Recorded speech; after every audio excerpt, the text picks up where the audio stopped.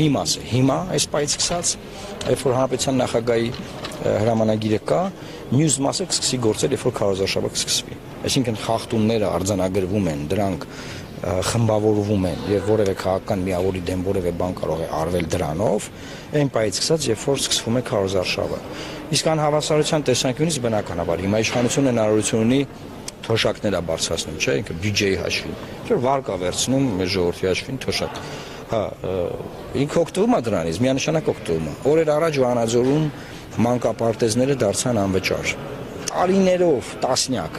լոբինգ են կարել, որ սա անհավասարություն է։ Երևան քաղաքում մանկապարտեզները անվճար են, Գյումրիում, Վանաձորում, այլ համայնքներում վճարով։ Ինչ է սա նշանակում։ Սա ինչ ձև է։ Եվ ինչ եղավ։ Նոր, հենց նոր որոշեցին, որ անվճար են կանում։ Այսինքն մեր տարիների արած լոբինգը հիմա արվում է։ Լավ բան է, շատ լավ է, որ դա արվում է, բայց ընտրության բերան արվում, ինչի որ ձայն հավաքեն։ Այսինքն այս իմաստով այո, իշխանությունը գտնվում է միշտ անհավասար պայմաններում։ Բայց դրա դեմ ինչ կարող է անել։ Այսինքն դա բյուջեն իրանց ձեռքում է, ամեն ինչ իրանց ձեռքում է։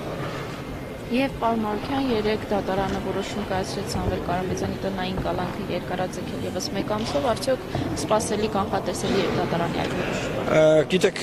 երբ որ Սամվել Կարապետյանին կալանավորեցին, հենց այն պահին, որ ձերբակալեցին,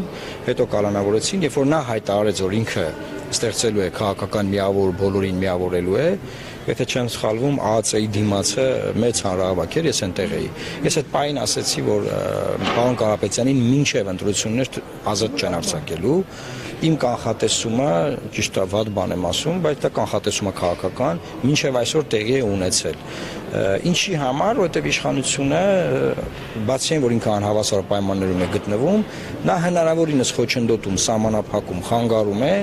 իր դեմ ձևավորված ամենախոշոր խաղացողի գործունեությունը։ Բայց ես կարծում եմ դա էլ չի փրկելու այդ իրավիճակը, որովհետև տարբեր միջոցներով այդ խնդիրը կարող է կարգավորվել։ Ես եմ